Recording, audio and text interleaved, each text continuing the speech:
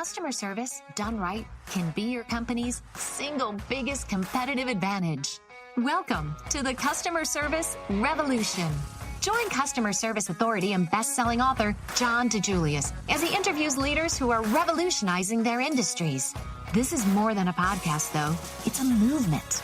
The Customer Service Revolution is a radical overthrow of conventional business mentality designed to transform what customers and employees experience. If you're a revolutionary customer service leader who's ready to stop competing on price and obsessed with building a brand that people cannot live without, this podcast is for you.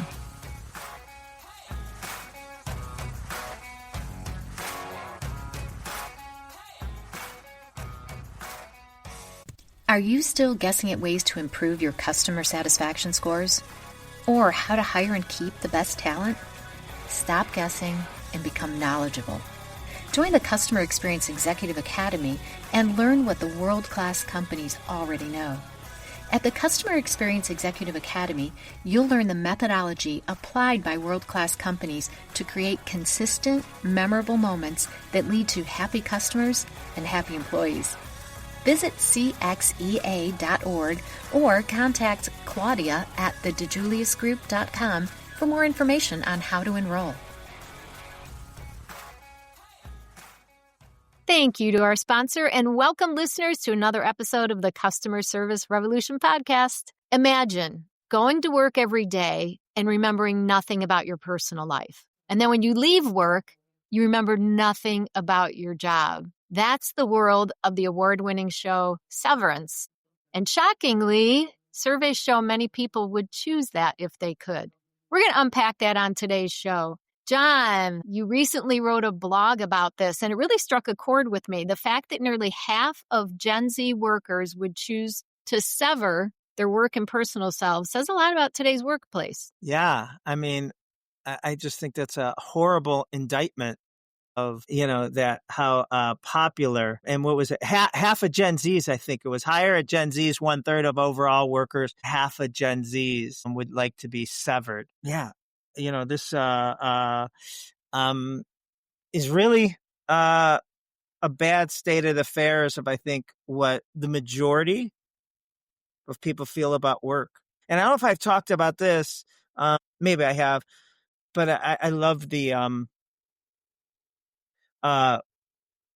survey question. A scale of 1 to 5. How excited are you on Friday night at 6 p.m. compared to Sunday night at 6 p.m.? And I don't think many people would be equal or higher on Sunday night. I would guess that most people would be 8 to 10 on Friday night. If we're talking about you have a traditional work week and weekend off. What do you think people would be on a Sunday night? The majority. Well, based on what we're learning about severance, yeah, I'm going to say people are below half on a Sunday. Yeah, I would think a 3. And really probably what made me think of this is someone, we were having a cookout on a Sunday, and it was getting towards the end, and 5 o'clock, 5:30, and they said it starts to hit them and set in, and they get like sick to their stomach that they have to go to work on Monday morning.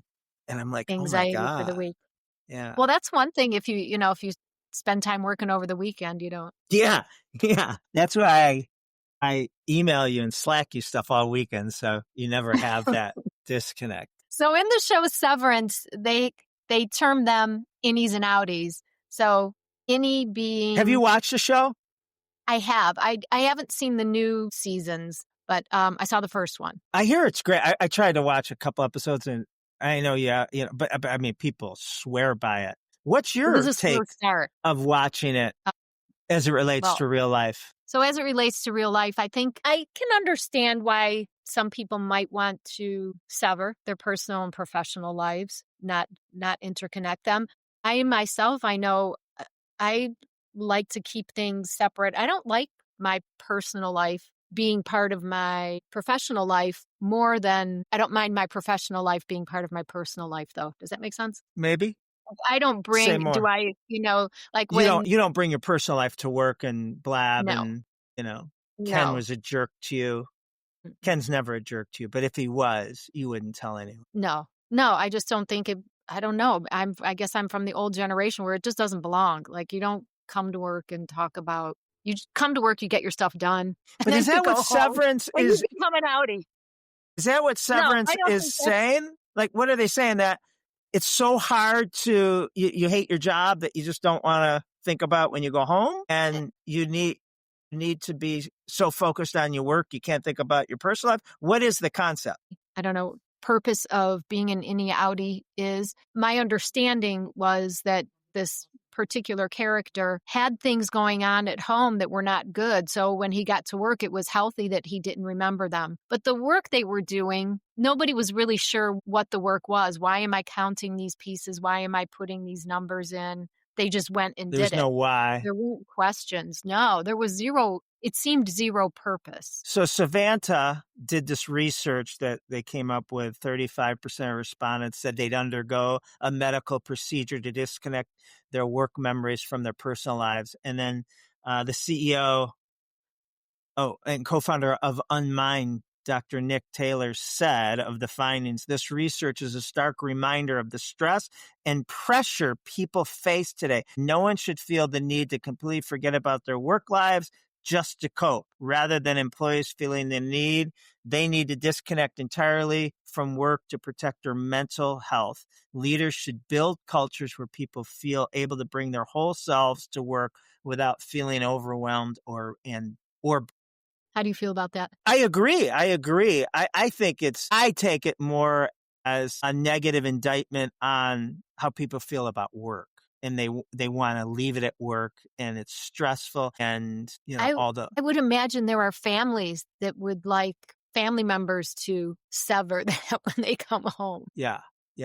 Venting, and maybe you've been that person, or you've been with a person that just hated their job, and that sucks. I think we've all had those days at least, no? The closest experience I had when I worked at UPS, great job, but I at the time said in 29 more years, 3 months and 2 days, I could retire, and I wanted to grow old as fast as I could. And that's depressing. That's really depressing, to just want your life to go by as quickly as it can because you hate what you do. Sad. It's sad.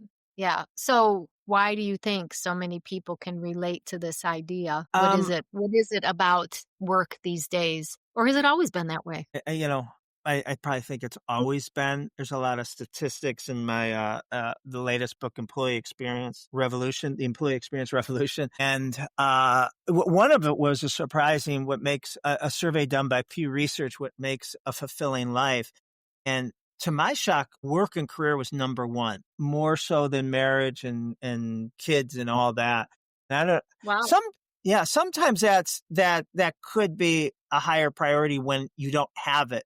You know what I mean? Like, if you're missing something, then you rate it higher because you're not getting it versus taking it for granted. But I just think there's too many dead-end jobs, dead-end companies, and bosses, not leaders, who are just there to make sure you're doing your job and being productive and efficient and profitable, and not inspiring you to do anything more or be anything more. That's my.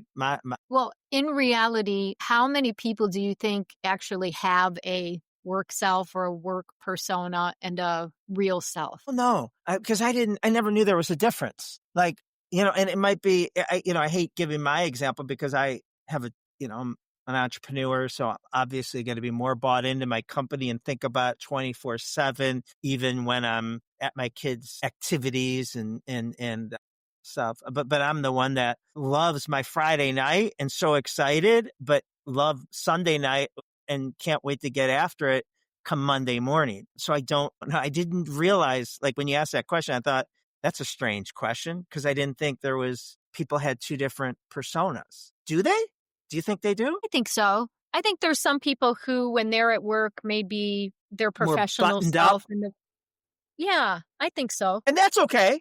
That's totally okay to cut loose on your free time, as long as you're not at a Coldplay concert or on a Jumbotron of anything. Have at it if it's legal. But I don't know. But is it okay that they're not maybe authentic when they're at work? if your true self is a little more wild, is it okay that Oh, it's kind of like your you're not? inside voice and your outside voice, right? Your inside, you got to be a little bit more quiet. Now you're not yelling. I think from what you're describing, that's totally okay. That you're here to do a job, and you got to be a little bit more professional, and you're not using hey dude, and can you believe political landscape or whatever. That I think there's no place for that in a professional environment.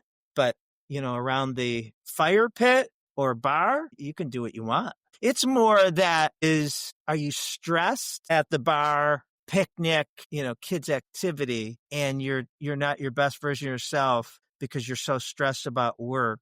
You hate it. You want to grow old as fast as you can. And, you're not the best version of yourself to your significant other, your kids. And they, like you said, want you to quit your job because they're sick of hearing about it. It's hard for people. That's how I took Severance, is that maybe I have it wrong. To switch off when they're outside of work, they still have work on their mind. So what can leaders do differently to help their people sever or detach without losing productivity? Well, so it's a couple of things. First, I think we got to be better leaders and I think we have a purpose void going on in today's world where we're not connecting people's jobs to the greater good. Give an example of Medtronic's #1 heart valve manufacturer in the world. So if you work for Medtronics, you may work in a factory assembly line, putting pieces and parts together that get put in a box and shipped off to a hospital. And I'm at an event on Friday night, and you ask me what I do. Work on an assembly line. I work in a factory. And there's nothing. What Medtronics does, at least annually, is they get the patients that have Medtronic parts implanted in them, heart valves, and they do a lot of other things. And they have a gala where the people in the warehouse and different people get to dress up and meet these people. And you might be a Medtronics employee, and you might be talking to me, the patient, and I'm telling you how I didn't think I was going to make it to my daughter's wedding, but because of the attention to detail you have for your job, I was able to walk her down the aisle last month and hopefully have a few more years around. That puts a completely different perception and probably a different how you talk about the job you do. And I think that's so I think we have to build the why and the storytelling and the difference and the impact that sweeping floors can have, not only to the end user or the customer facing employee that's selling the product or putting them in. So some other things that I've tried to do, and I struggle with this, but I know it's a best practice, is try not to communicate with your employees over the weekend if they're not supposed to work weekends, because however you communicate with them, if Slack is building up, and even if you're not, if I tell you not to check Slack, even though I might be sending you something, that's going to weigh on you. That's going to have some anxiety. You're going to be worried about Monday morning, what you're going to be walking into. So I think trying to avoid, and maybe you can put things to, not go out until Monday at 9 a.m. I think that's a better example than constantly be hitting your employees with stuff away from their working hours. I've heard that as a best practice, which I definitely have to get better at. But you've had jobs, different jobs maybe before us. And I'm sure you've had jobs, 27 years? 29. How many years? 29, Jesus. That you've been working with me in my different companies. And I'm sure in those you've had stretches where it wasn't your favorite job or time as an employee. What you do?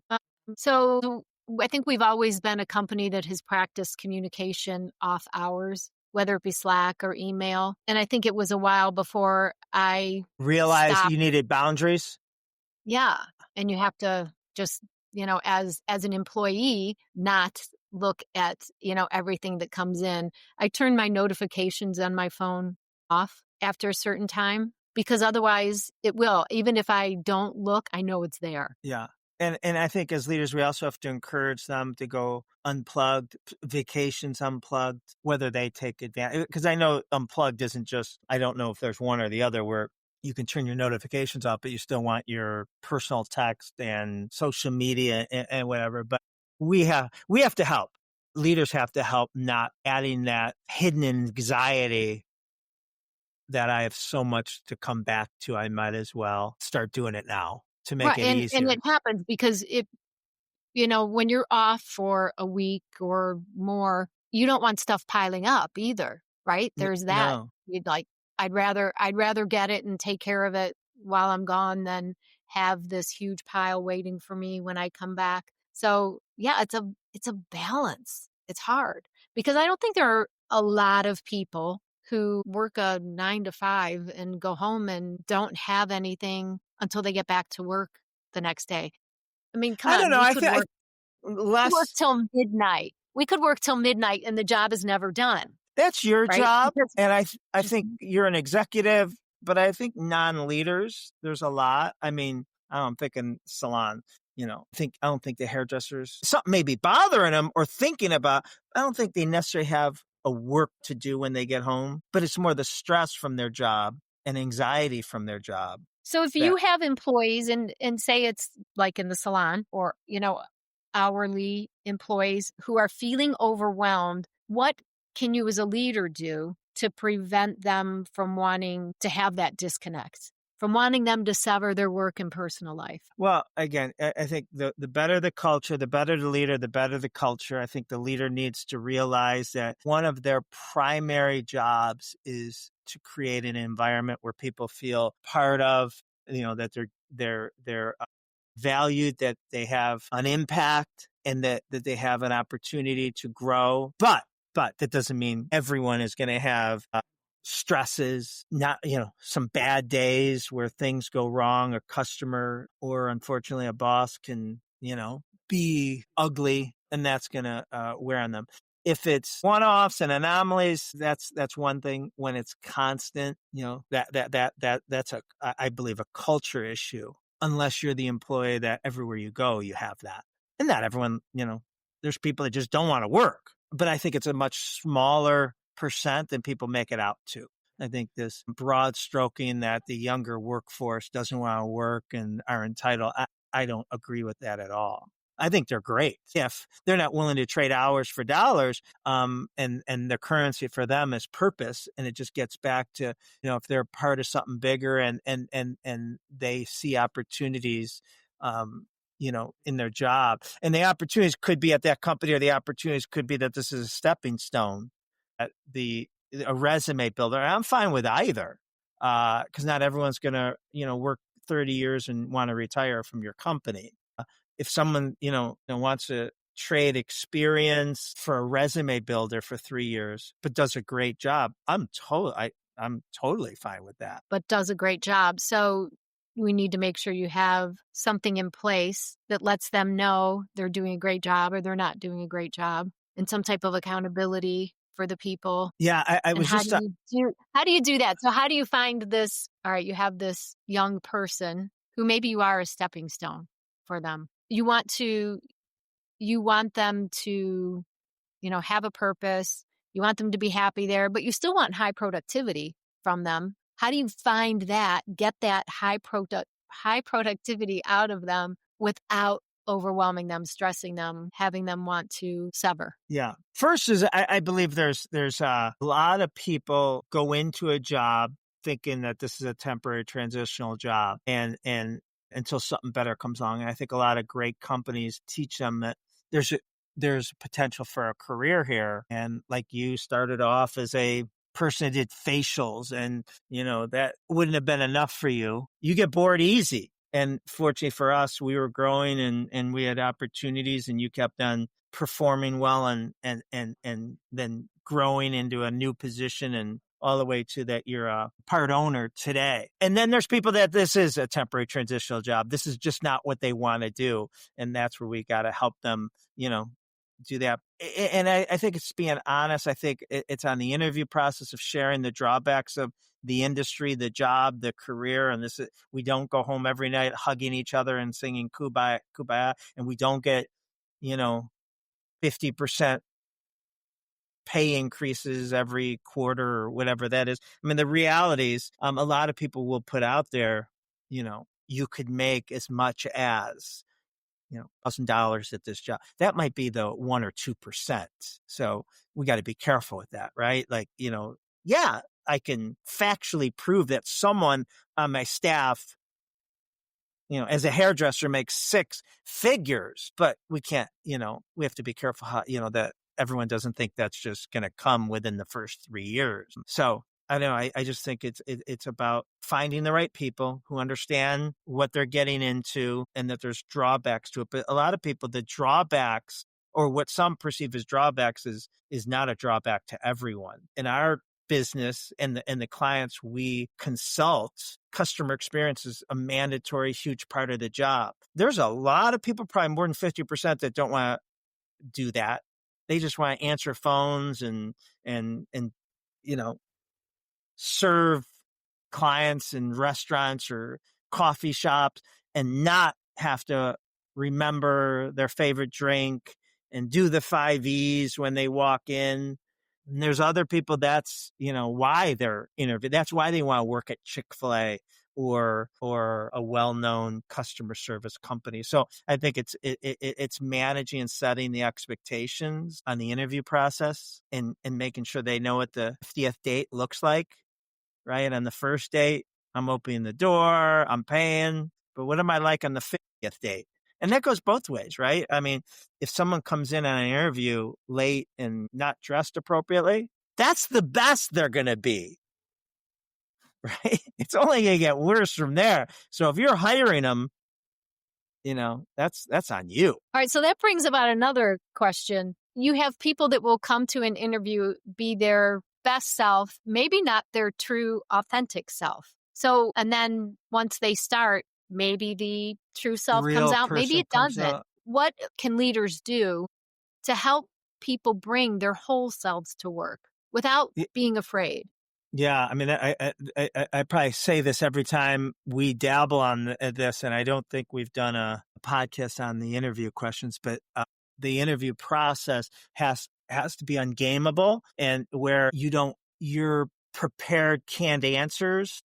I'm not asking you, Denise, what are your 2 biggest drawbacks that I'm going to ask, and you're going to say you're a perfectionist and workaholic, right? Because that's what everyone asks. So when I interviewed, and you guys don't like me to interview too often now, because I do focus more on the drawback of the job than I do of the upside. Because I feel like most people, maybe not in our company, talk about, the 1% that, you could be the next Sandy, Eric, or Denise who look at them today and they started in the same position, But my interview style is like Detective Columbo, where I'm like, all right, before we get started, I see that you went to, where'd you go? Mentor? You went to Mentor, right?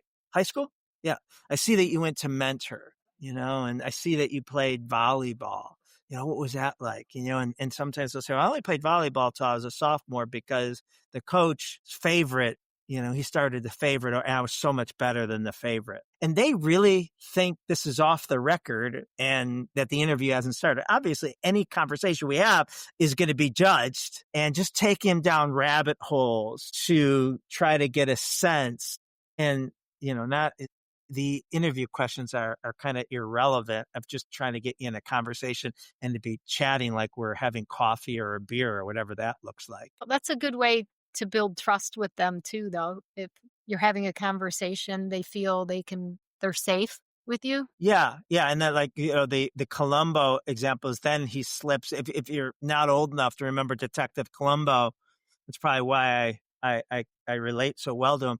He comes across as a bumbling idiot, and he's investigating a murder and you're the prime suspect, but he seems so clueless and off that you let your guard down because you actually feel bad for this guy that he doesn't even think that you could, he's just asking irrelevant questions. Then, you're divulging more than you think because you let your guard down.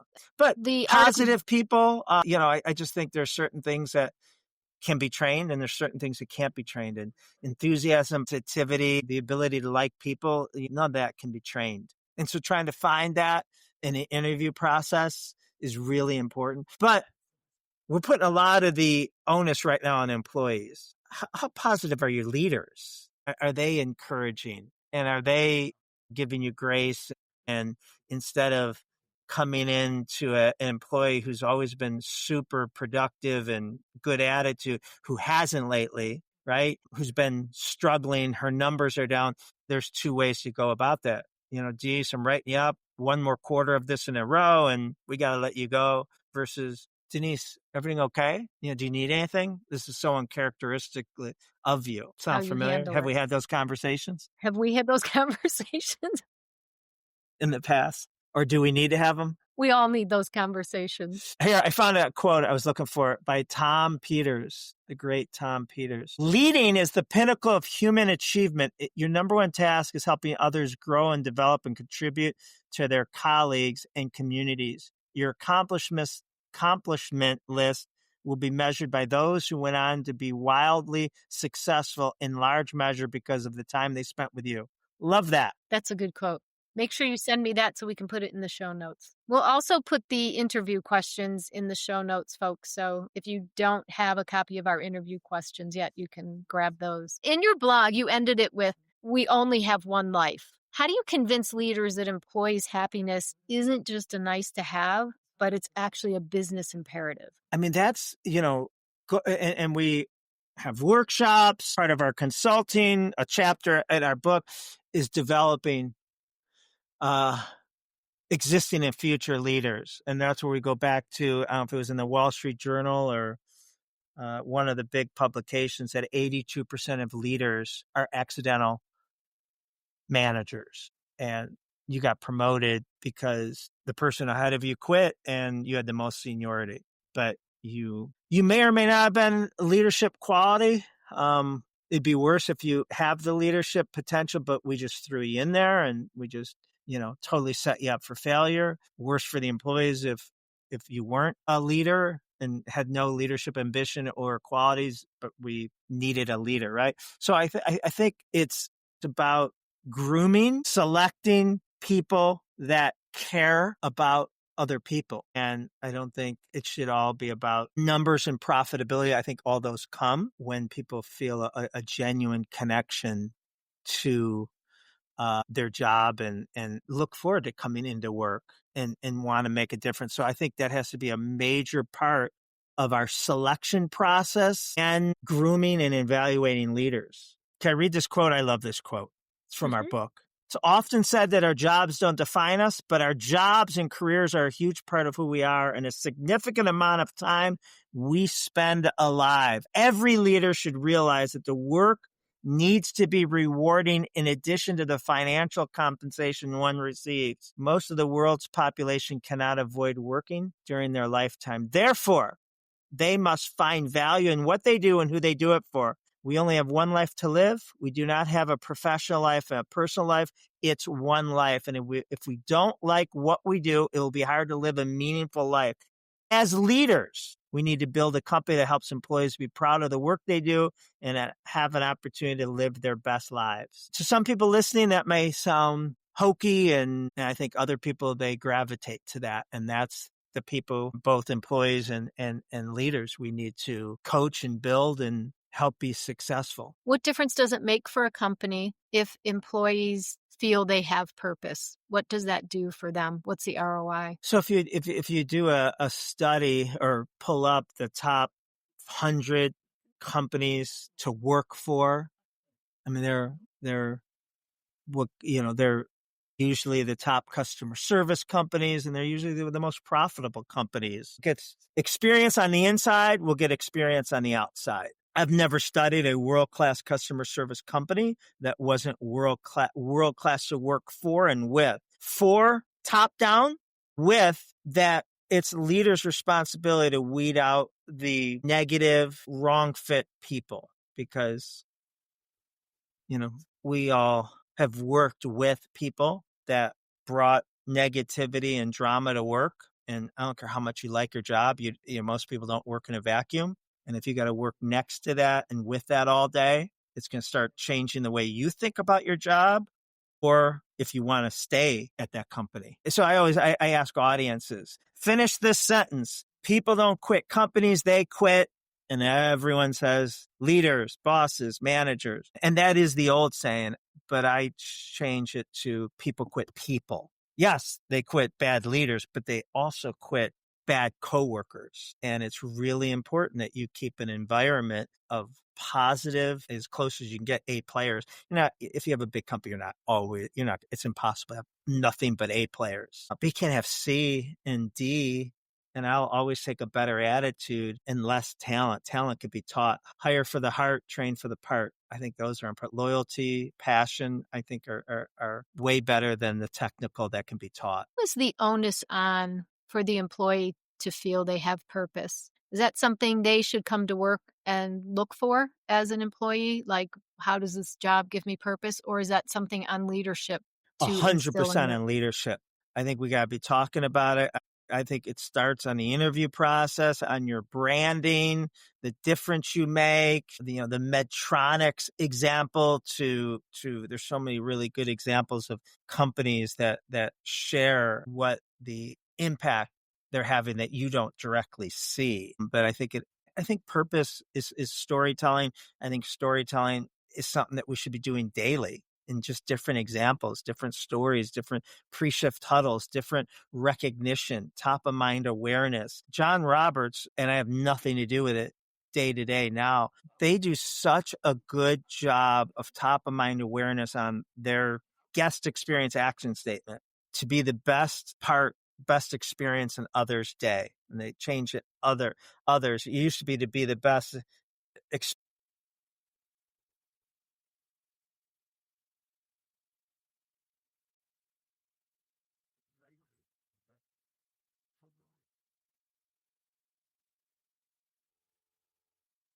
that platitude.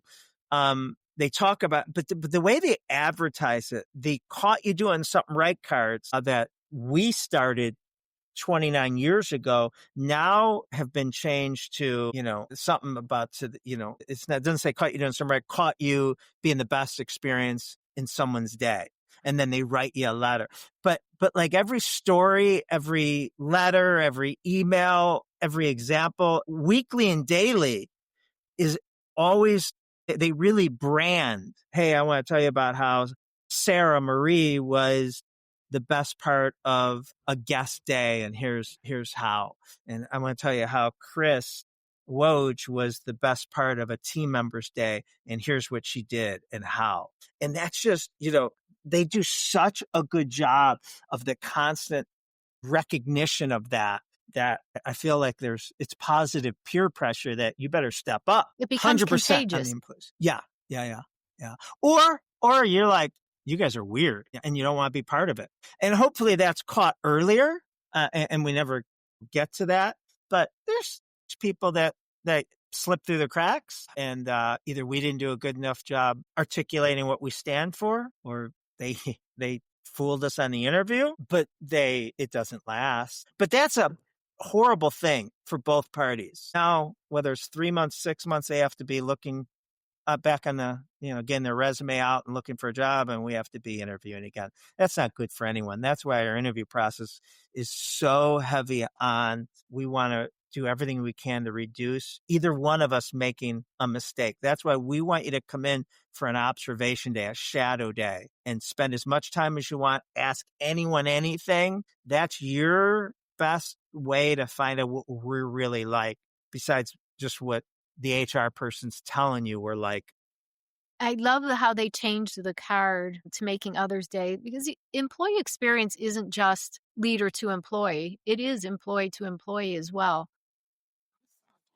How do you see employee experience tied to customer experience? So what happens to the customer if the employee feels severed at work? Yeah, again, what gets experience on the inside is going to get experience on the outside, and the companies that win top companies to work for in their city or national rankings are always top customer service companies. So it has to be in you and your culture of just how you take care of your vendors, right? Instead of squeezing them and stretching them to 45, 60, 90 days, right? I mean, I think it's an experience ecosystem of everyone you come in contact with, vendors, team members, obviously clients, guests, patients, tenants, but it's so much easier.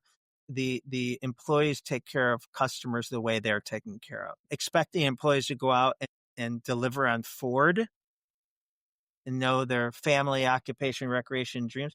If you do that for them, right? If they get a gift card for being employee of the month or their 1 year anniversary to Lululemon because that's their favorite store versus giving everyone a $25 Amazon card. They may not use Amazon or Starbucks or whatever. Knowing there's an example of one company in the Employee Experience Revolution book that on either on your interview process or when you get hired and you're doing paperwork, what's a $20 indulgence, $20 or less that you love? And then you forget that you ever filled that out with all the paperwork. And now we know what to, give you when you're being recognized for something. That's nice. Very Yeah. nice. Thinking back to Severance, and from what I remember about the early part of the show, the main character had an issue in his personal life. I don't remember. I want to say perhaps his spouse died. It was something traumatic. So severing that allows him to come to work without that weight. But in reality, we know that doesn't happen. So when people have things going on in their personal life, is it okay to bring it to work?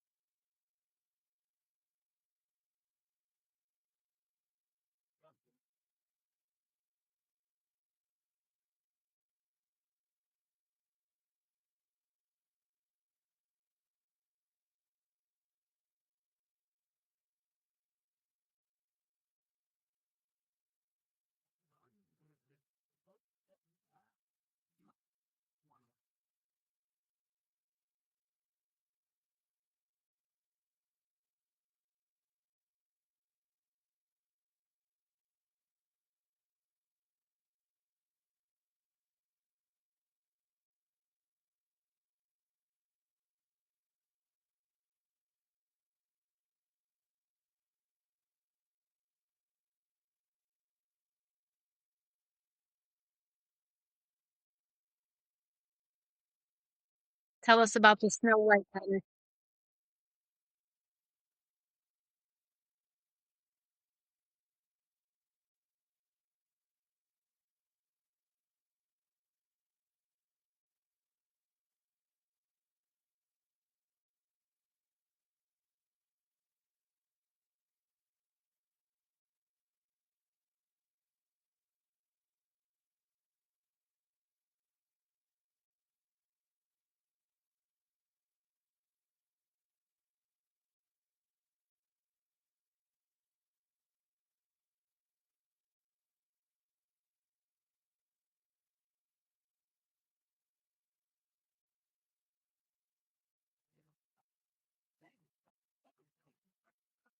Yeah, off stage is a good thing, right? I think that back rooms can be important in a place of work, a place where you can take that.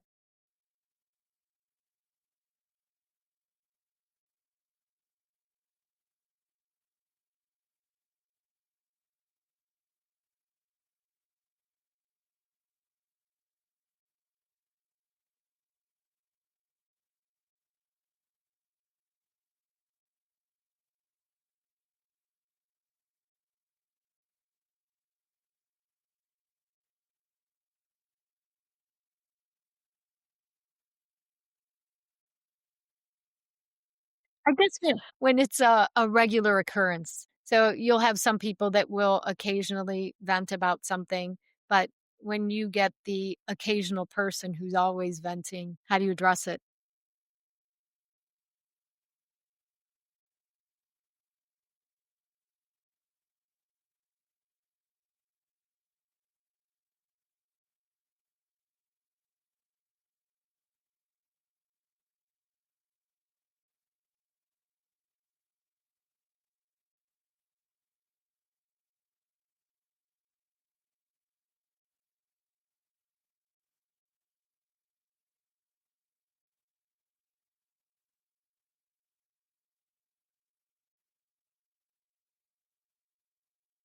Have you ever seen someone turn around with that was a negative Nancy and with some coaching become a different person?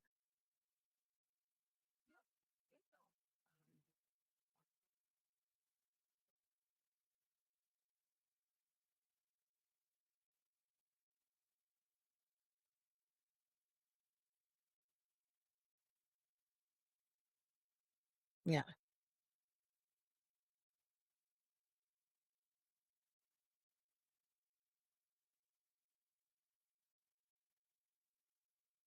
Yeah, I think we've been fortunate. And again, because of the hiring process where there haven't been many who have gotten through that were bad apples.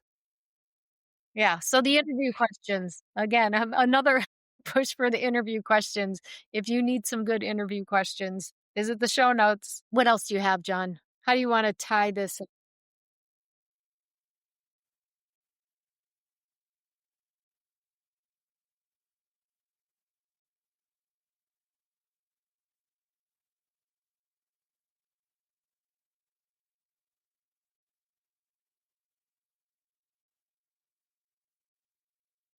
No, and likewise, we need to welcome the whole person. I wonder if that's why Gen Z is so much lower. I think Gen Z is more accepting overall of any generation, saving space and holding space. I mean, holding space. I'm holding space for you.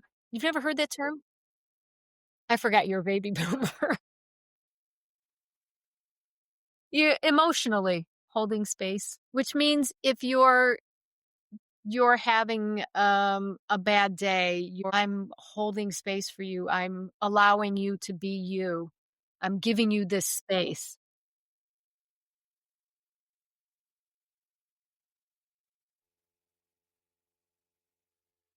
When it comes to emotions and relationships, they probably share more than other generations. Absolutely. So making space for that in our work arenas. I think we need a panel of Gen Zs on to interview. And listeners, also look to the show notes for a link to the blog on this topic. Thanks, John. We hope you enjoyed this episode and are ready to think about starting your own customer service revolution. To get inspired by more episodes, subscribe now on Stitcher, iTunes, Spotify, or wherever you get your podcasts. Thanks for listening and for being part of the customer service revolution.